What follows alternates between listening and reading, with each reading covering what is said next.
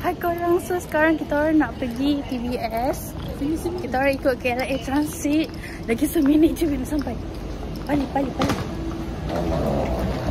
So hi guys, I lupa nak buat intro. Hari ni kita orang tolak kat aku. Hari ni kita orang nak pergi balik kampung. Siapa mana? Pisces.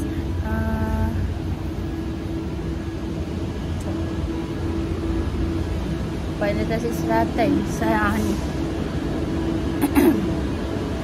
Ke sama je? Sama je lah rasanya.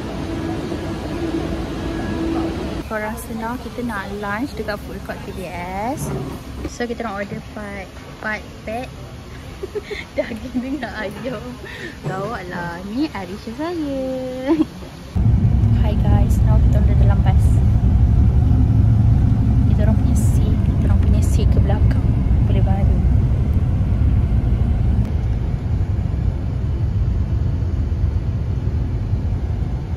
Guys, so now kita dah sampai Sabernam. Kita ada kat kedai Eko. Eko Kopi Ori. Saya beli air revive sebab saya nak bertenaga. Nak gunakan peti ais. Nak gunakan peti ais CPH sebenarnya. Kita tunggu Aisyah. Ni untuk kita. Ni Iman. Depan kita ada Aisyah dengan Isha. Yes. Sekejap. Ni Arisha. Ni Arisha. Ni tak ada orang. Tengoklah. Arisha. Okay. So kita nak pergi beli makanan dulu, okey? Nak beli makanan ni. Korang tutup je lagi ni. Dengar Isha punya suara tu. So korang, kita dah sampai dekat kita nak pergi pasar malam dekat bukan Sungai Besar, Sahabat Bernam.